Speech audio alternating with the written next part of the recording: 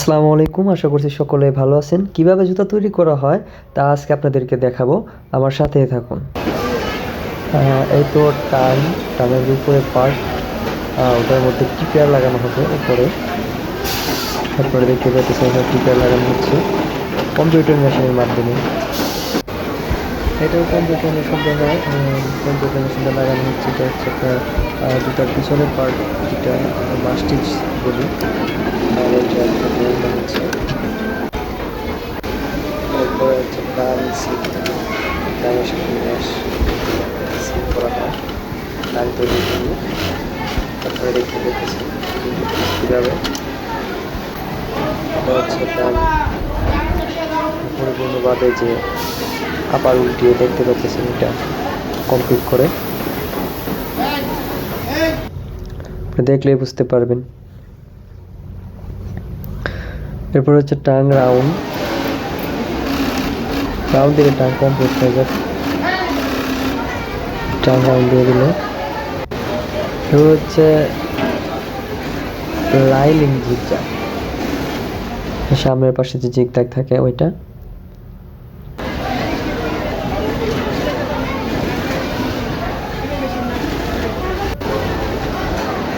এখানে দেখেন লাইলিংয়ের সাথে ব্যাবের মাথা এখানে জিগজ্যাগের মাধ্যমে জয়েন করা হচ্ছে। তারপর এখানে আছে জয়েন দেওয়া হচ্ছে, এখানে হচ্ছে লাইলিং জয়েন জিগজ্যাগের মাধ্যমে দেখতে পাইতেছেন, জয়েন দিতেছে। তারপরে আসি সাইড কোয়ার্টার, যেটাকে কোয়ার্টার বলা হয়। সাইড কোয়ার্টার এটা ইন আউট আছে, খালি কোয়ার্টার ইনসাইড আউটসাইড হয়। এটাও জিগজ্যাগের মাধ্যমে লাগানো হয়। কোয়ার্টার একটা পার্ট যেটা আপারের সাইডে থাকে। এবং সামনে যে জায়গাগুলো জিগজ্যাগ করা হয়েছিল ওইখানে আবার হ্যামারিং করে সমানভাবে বসিয়ে দেওয়া হয় হ্যামারিংয়ের মাধ্যমে। এই যে কোয়ার্টার জয়েন দিতেছে, সাইড কোয়ার্টার যেটাকে বলা হয়। এটা ইন আউট আছে, ইনসাইড আউটসাইড। এরপর হচ্ছে টু কাপ,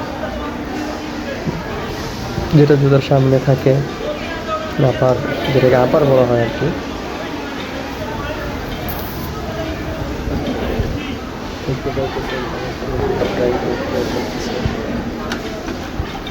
অনেকটা সময় লাগবে, বড় কঠিন ধরনের ইজি না।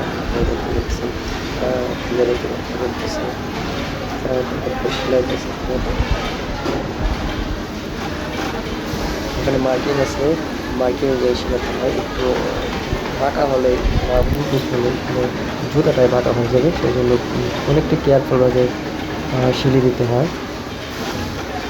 একটু সময় লাগে টুকাপটা করতে, যেহেতু অনেক বড়।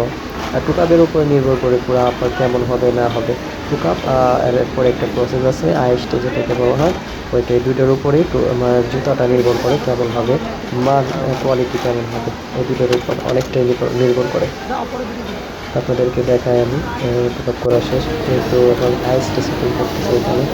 এখানে আইএসটি সেটিং করা হয়। এখানেও মার্কিং আছে, মার্কিং অনুযায়ী ইউপি লাইট দেওয়া আছে, ইউপি লাইট অনুযায়ী এখানে আইএসটি সিটিং করা হয়। আইএসটি সিটিংয়ের পর আপনার আইএসটি সিটিং, এই দেখেন আইএসটি সেলাই, ওটা ডাবলের মাধ্যমে আইএসটি সেলাই হয়। এটা যদি একটু বাঁকা হয় তাহলে জুতাও বাঁকা দেখা যাবে। এটা তাদের সাথে একটা মানে সম্পর্ক আছে, বাঁকা করা যাবে। এরপরে হচ্ছে ট্রেনিং, আইএসটি করার পর ট্রেনিং করা হয়। বাকি যে বলে যে লাইনিং থাকে, ওই লাইনিংটা কেটে ফেলে দেওয়া হয়। এরপর আপনার মাস্টিচ, পিছনে যে মাস্টিচটা সেটা এখানে লাগানো হয়। আপনাদেরকে দেখাই, কিন্তু মাস্টিচ এখানে লাগানো হয়েছে। এরপর হচ্ছে ব্যাক কাউন্টার, এটা হলে মোটামুটি আপার অনেকটাই পরিপূর্ণ হয়ে যাবে। আর কিছু কাজ আছে সামনে, আর কমপ্লিট হয়ে যাবে। আপনাদেরকে দেখাই আস্তে আস্তে। এটা হচ্ছে ব্যাক কাউন্টার সেলাই করতেছে, এটাও ডাবলের সেলাই। এটা অতটা কঠিন না, ব্যাক কাউন্টারটা ইজি নর্মাল, অতটা কঠিন না, তবে টুকাপটা অনেকটাই হার্ড ছিল। আপনাদেরকে দেখাই, ব্যাক কাউন্টার করা শেষ। এরপর হচ্ছে কলার সিম, আপনারা দেখতে পাচ্ছেন এটা হচ্ছে কলার সিম, মানে কলার লাইনিং, কলার সিম করতেছে লাইনিং দিয়ে, তো কলার সিম বলা হয়। এখানে দেখুন এই কলার লাইনিং যেটা সেলাই করা হচ্ছে দুই পাশে যেন ছুটে না যায় আর কি, লাইনিং ফেসে না যায়, সেজন্য দুই পাশে সেলাই দেওয়া হয়। আপনারা দেখতে পেতেছেন এটা সেলাই দেওয়া হচ্ছে, আর সেলাইয়ের পরেই কিন্তু তার পাশেই কলার সিম সম্পন্ন করা হয়।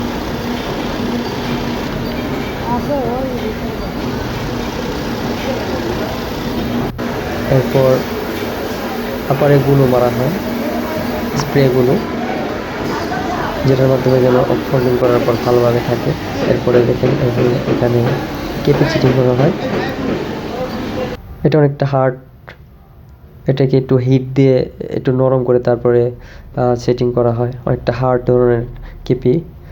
এটা সেটিং করার পর যেন সুতাটা পিছনের সাইড যেন ব্যাক সাইড যেন শক্ত থাকে, এরপরে উপরে ফোম যেন পরে জুতা পরে যেন মানে মজা পাওয়া যায়, উপরের সাইডে একটু নরম নরম থাকে এবং তলে হার্ড পিছনের পাশে পিছন সাইডে। এরপরে যে আপনারা দেখুন এখানে আপার টার্নিং করা হচ্ছে, আপনারা দেখতে পাচ্ছেন এটা 4টা কোণা আর কি, কোণাটা উঠিয়ে দেওয়া হচ্ছে, লাইনটা ঠিক মতো মানে বসিয়ে দেওয়া হচ্ছে সিলির পর। এরপরে হচ্ছে আপার ফোল্ডিং করা হয়, আপনার লাইনিং টেনে সুন্দরভাবে বসিয়ে দেওয়া হয়। আপনারা দেখে পাচ্ছেন কীভাবে বসাইতেছে, ভিতরে তো স্প্রেগুলো দেওয়া আছে, ওগুলোর মাধ্যমে জিনিসটা সুন্দরভাবে থাকে। এরপরে হচ্ছে আপনার মোল্ডিং, এটা মেশিনের মাধ্যমে চাপ দিয়ে জিনিসটা একবারে সমানভাবে ক্লিন করে দেয়, সুন্দর হয়ে থাকে। দেখতে পাচ্ছেন মেশিনের মাধ্যমে তো সুন্দর হয়ে গেছে। এরপরে দুই পাশে যে একটু ফোল্ডিং করার পর শক্ত থাকে, ওটাকে আপনার হ্যামারিংয়ের মাধ্যমে এটাকে আপনার শক্তটা নরম করে দেয় হ্যামারিংয়ের মাধ্যমে। এরপরে হচ্ছে এরপর আপারে নিচে রাউন্ড দেওয়া হয়, দেখতে পাচ্ছেন রাউন্ড দিতেছে যেন আপারটা ছুটে না যায়, লাস্টিং করবে উপরে। এরপরে নিচে সোল লাগাবে, সেজন্য এখানে রাউন্ড দেওয়া হয় যেন সুন্দরভাবে থাকে জিনিসটা।